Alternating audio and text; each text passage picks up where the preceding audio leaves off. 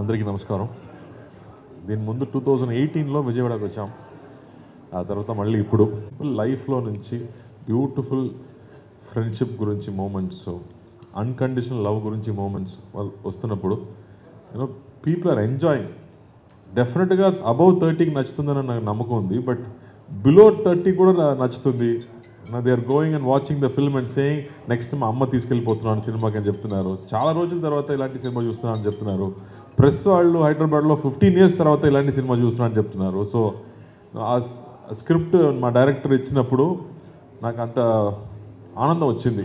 అలాంటి ఒక ఫీలింగ్ మీకు కూడా రావాలని ఈ సినిమా ఒప్పుకుంటూ నేను చేశాను. సో ఈరోజు అందరూ సినిమా గురించి మాట్లాడుతున్నారు, ఆర్టికల్స్ రాస్తున్నారు. కాబట్టి I think I'm very very happy. Thanks to Rocky. I think ఆ తెలుగు వర్షన్ చాలా బాగా చేశారు. డైలాగ్స్ బ్యూటిఫుల్గా ఈ అడాప్టెడ్ టు దిస్.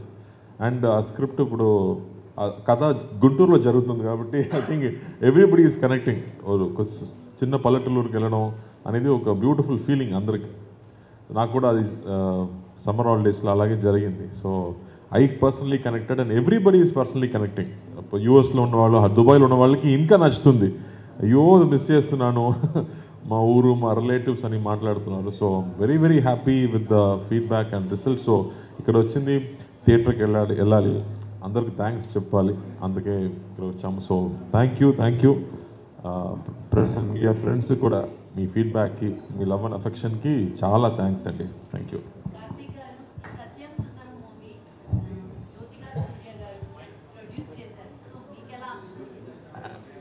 సో ఈ కథ విన్నప్పుడు నాకు అనిపించింది ఇది మామూలు సినిమా కాదు.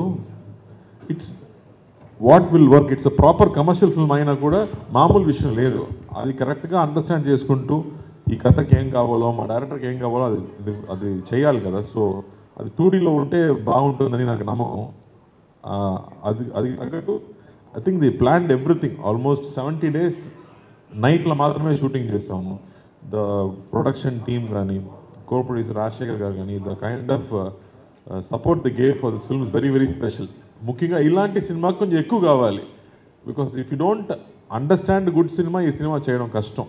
So I'm very very lucky మా ప్రొడ్యూసర్ 2Dకి వచ్చింది.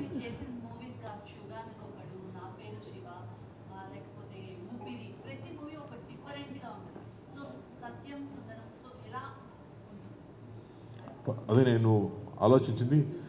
కె విశ్వనాథ్ గారు, పెద్దవంశీ గారు, బాలచంద్ర గారు, బాలమహేంద్ర గారు, కమల్ హాసన్ గారు, వీళ్ళందరికీ థ్యాంక్స్ చెప్పాలి. వాళ్ళు మనకు చూపించే సినిమాలు, సినిమాటిక్ మూమెంట్స్ ఉంది కదా, అదే ఇన్స్పిరేషన్ ఇలాంటి సినిమా చేయడానికి. So that way we have to thank our seniors who already gave these kind of beautiful films. ఏదో ఒక టైంలో ఒక సీడ్ మా మైండ్లో పెట్టారు కదా. డైరెక్టర్ గారు కూడా అదే చెప్తారు, ఫాసిల్ గారు. They put one seed in our mind and that is giving hour strength to do these kind of films. So Karthik గారు అరవింద్ స్వామి గారితో చేశారు, ఇక్కడ అరవింద్ స్వామి గారితో చేశారు. సో ఎక్స్పీరియన్స్ ఎలా ఉంది? అండ్ అతన్ని బావా బావా బావా అంటూనే ఉంటారు. సో ఇక్కడ జనరేషన్ బాగా కనెక్ట్ అయిపోయారు బావా వర్డ్కి అనేది. సో ఎలా అనిపిస్తుంది? ఎక్స్పీరియన్స్ ఏంటి? నేను సెట్లో ఆయన్ని సార్నే పిలుస్తున్నాను. ఈ సినిమా తర్వాత నేను కూడా ఆయన్ని బావా అని పిలిస్తే బెటర్గా అనిపిస్తున్నాను. సార్ దీంట్లో వీఆర్ వెరీ క్లోజ్ అండి. I think we both connected so well. I finish the answer because మొత్తం నైట్లో జరుగుతుంది, ఇద్దరు మాత్రమే సినిమా మొత్తం. It's very very special. So ప్రతిరోజు ఈ సినిమా గురించి మాట్లాడడం, సిచ్యువేషన్స్ గురించి మాట్లాడడం, I think we enjoyed a lot doing it together and we both were in sync. We both knew this is special film, this is rare and you won't get it next year or after 5 years or 10 years అని we all felt it is very special. అందుకే ఈ సినిమాలో కొన్ని చిన్న చిన్న characters కూడా పెద్ద పెద్ద ఆర్టిస్ట్ చేశారు. I said no one scene it's okay, I want to do అని they all did it. So that's also respect to the writer but I think they all came and did it and it made it very special. Actually the story మొత్తం కూడా బావా బామర్దల మధ్యలో correct so story విన్నప్పుడు అంటే ఒక బావా బామర్ది మీ real life లో ఈ బావతో ఎప్పుడైనా ఇలా ఉన్నారా? మా ఇద్దరు same age, sister husband and we both are same age. So అది వేరేలాగా వచ్చింది. But this is not direct relationship కదా, ఇది కొంచెం డిస్టెంట్ కజిన్ అని చెప్పవచ్చు. So that is very very different. And అతని మీద నాకు ఎంతో రెస్పెక్ట్ ఉంటుంది. అతనికి అది తెలీదు. That is what is making it more special here. ఎందుకు నా మీద ఇంత ప్రేమ చూపించున్నాడు అని బావకు తెలీదు. So I think that is the very very special element of this movie. Sir Sundaram Satyam సుందరంలో ఆలుగడ్డ బంగాళదుంప, మీరు లాస్ట్లో బంగాళదుంప ఇప్పుడు వరకు ఎవరు ఆ మాట చెప్పలేదు, మీరు చెప్పారు. అది ఏమో నా నేమ్గా మారుతుందో ఏమో నాకు భయం. సార్ బంగాళదుంప పార్ట్ 2 ఏమైనా ఉందా డైరెక్టర్ గారు? సత్యం సుందరంలో బంగాళదుంప పార్ట్ 2 ఏమైనా ఉందా? I don't know. I have to think about it. అంటే సినిమాలో మ్యాక్సిమం గంటన్నర వరకు అరవింద్ స్వామి గారు కార్తిక్ గారే కనబడతారు. మిగతా అంతా ఫ్యామిలీ ఇలా తీయడం వల్ల ఆడియన్స్కి వెళ్తుందని మీరు ఎలా ఎక్స్పెక్ట్ చేస్తారు? I always had confidence in the way audience will receive it. I never had any doubt, because if it can engage me, it can engage the audience. So చాలా గ్యాప్ తర్వాత 96 తర్వాత మూవీ తర్వాత చాలా gap తర్వాత సత్యం సుందరం తీశారు. So ఇంత gap తీసుకొని కార్తీ గారితో మూవీ చేయాలని ఎందుకు అనిపించింది? See, I had no other option. If Karthi sir didn't agree to this script, then I would have gone for some other script. I wouldn't have done this. So I didn't have any option for Karthi sir and Arvind sir. It was fixed. Satyam Sundaram story అనుకున్నప్పుడు ఈ character కి కార్తిక్ గారు ఈ character కి అరవింద స్వామి అయితే బాగుంటుంది అనుకుని రాశారా, లేకపోతే రాసిన తర్వాత వీళ్ళిద్దరిని చూస్ చేసుకున్నారా? Okay. So initially it was written as a novel. So at that time I didn't have any plans to make this as a movie. I was planning to publish the novel. But once when I decided that I'm going to make it as a movie, then I decided. And the main reason is that character has to be innocent. It shouldn't perform like an innocent. Deep inside it has to be innocent. And he's a master of performing as an innocent, performing innocent characters. యాక్చువల్గా ఎందుకంటే శివ గారి నుంచే stories రాసిన సందర్భాలు కూడా ఉన్నాయి. So అందుకని ఈ సత్యం సుందరం కూడా శివ గారిని ఊహించుకొని రాశారా, ఆయన ఉంటే క్యారెక్టర్ ఉంటే బాగుంటుందని, లేకపోతే శివ ఎవరండి?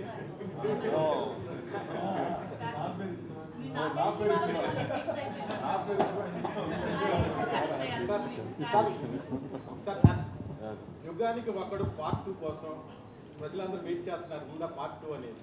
డైరెక్టర్ గారు అడగండి, సెల్వ గారు అడగండి. సరే, మహేష్ బాబుతో నాకు తెలియదండి. మంచి స్క్రిప్ట్ వస్తే నేను చేస్తాను. నా క్లాస్మేటే, నా స్కూల్ చదివేటప్పుడు ఇద్దరు same class. Next year starting అండి, నెక్స్ట్ ఇయర్ మొదలవుతుంది. కార్తీ గారు ఎక్కడైనా టఫ్ అనిపించిందా ఈ సినిమాలో? ఎలా ఎంజాయ్ చేస్తూ చేశారు? ఎక్కడైనా టఫ్ అనిపించిందా డైరెక్షన్ కానీ? మీకు ఎలా అనిపించింది? ఎక్స్పీరియన్స్ ఏంటి? ఇంతమందితో చేస్తున్నాను అని ఉంటుంది కదా. సో ఈ స్టోరీ అనేది కొత్తది, ఇంతవరకు తీయలేదు మీరు. సో నాకేంటంటే సినిమా చూస్తున్నట్టు కాకుండా మనం కూడా సినిమాలో ట్రావెల్ అవుతున్నట్టు అనిపిస్తుంది. సో ఎలా అనిపిస్తుంది? డైరెక్టర్ గారికి మీకు ఏమైనా టఫ్ అనిపించిందా? అరవింద్ గారితో కానీ కార్తీ గారితోనో చేయించడం? మనం ఏదైనా టార్చర్ చేసామని అడుగుతున్నారండి. Controversial question. నేను కానీ అరుణ్ స్వామి గారు ఏదైనా టార్చర్ చేసామా? మాస్ సీన్స్ అడిగామా? ఫైట్స్ అడిగామా? కదా, పంచ్ డైలాగ్స్ అడిగామని అడుగుతున్నారు. సో వీళ్ళతో సాంగ్స్ కూడా పాడించడం జరిగింది. So I tortured them because the whole movie is night shoot. So they had to go through sleepless nights. They didn't torture me.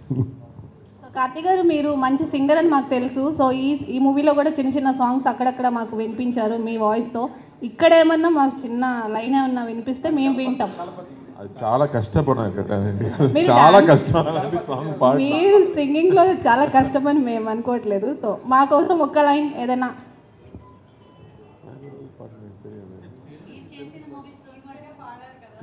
Telugu అంటే కొంచెం కష్టం అండి, అదే ప్రాబ్లం. తెలుగులోనే మీ వాయిస్ బాగుంటుంది కదా. లిరిక్స్ ఉంటేనే ఏదైనా.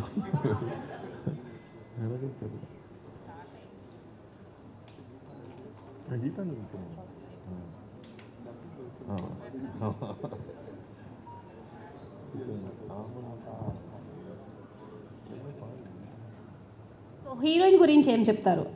శ్రీదివ్య అండి హీరోయిన్. శ్రీదివ్య అందరూ అడుగుతుంది ఏ అమ్మాయి మూవీ చేయలేదు ఏ రాలేదని చెప్పారు. ఐ థింక్ షీ సెడ్ మంచి స్క్రిప్ట్ కోసం వెయిటింగ్ అని చెప్పింది. ఇది కథ వచ్చినప్పుడు కూడా డైరెక్టర్ గారు అడిగారు, ఫస్ట్ వేరే క్యారెక్టర్కి అడిగారు, ఆ క్యారెక్టర్ అప్పుడు డేట్స్ లేదని చెప్పింది.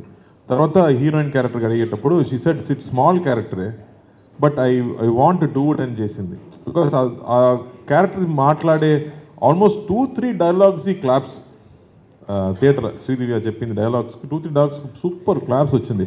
బికాస్ సచ్ అన్ అండర్స్టాండింగ్ ఒక wife you know one man is working very hard to come up అంటే అతన్ని అండర్స్టాండ్ చేసుకుంటూ అతనికి స్పేస్ ఇవ్వడం, అతని మీద అంత ప్రేమ చూపించడం అనేది ఇట్స్ సో బ్యూటిఫుల్.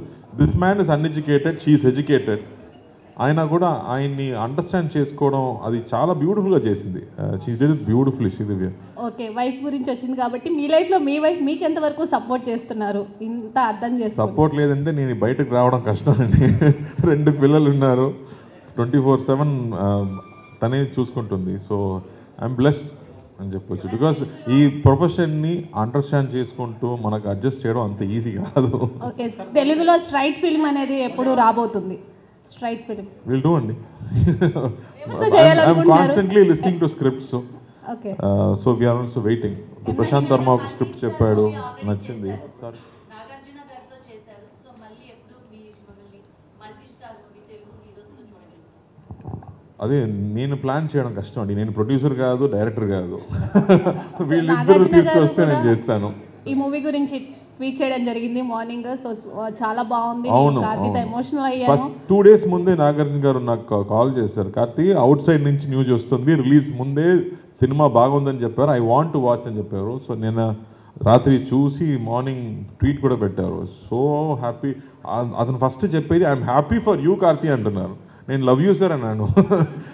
బికాస్ అంత అన్కండిషనల్ లవ్ అనేది కదా, దట్స్ వాట్ దిస్ సత్యం సుందరం కూడా. So I think that unconditional love ఉండడం, ఐ ఫీల్ బ్లెస్డ్. అలాంటి రిలేషన్షిప్స్ ఉంది కదా, so I feel very very happy. Sir Mouli గారు, ఇప్పుడు తెలుగులో కరెక్ట్గా ఈ లాంగ్వేజ్లో ఇలా ఉంటేనే బాగుంటుందని మీకు అది ఎలా కనిపించింది? ఈ డైలాగులు కానీ తెలుగులో తమిళ ఉంది, తెలుగులోకి రా. Simple sir. ఇప్పుడు ఒక సినిమా చూస్తున్నాను అనుకోండి సార్, ఫస్ట్ నేను తమిళ్లోనే చూసినప్పుడు అక్కడ తంజావూరు గుడి ఉంది. సో ఆ గుడికి తగ్గట్టు ఒక అట్మాస్ఫియర్ పట్టాలి. అక్కడ ఒక రైల్వే స్టేషన్ ఉంది. సో ఇవన్నిటిని ఒక క్యారెక్టర్గా పరిగణించి మనం ఒక జాగ్రఫీని డిసైడ్ చేస్తాం సార్.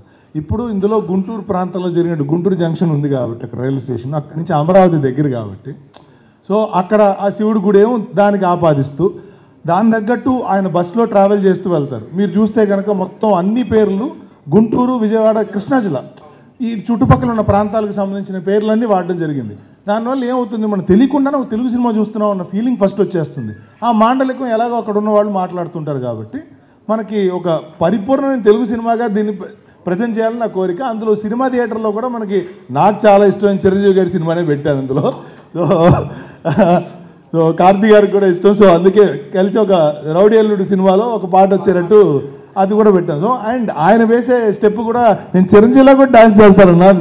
సో అవన్నీ కూడా థియేటర్లో చాలా వర్కౌట్ అయినాయి. అంటే వీటికి కారణం అదే, ఒక తెలుగు సినిమాని తెలుగు సినిమాగా ప్రజెంట్ చేయాలి, పేరుతో సహా సత్యం సుందరం అనే పేరుతో సహా ఒక తెలుగు సినిమాగా ప్రజెంట్ చేయాలన్న కోరిక సగటు ప్రేక్షకుడిగా నేనేం థియేటర్లో చూద్దాం అనుకున్నాను, అది రాశాను, అది చేశాను. Thank you. సాంగ్ పాడతానన్నారు ఇందాక. మీరు వదలలేరా? గుర్తుందండి, గుర్తుంది.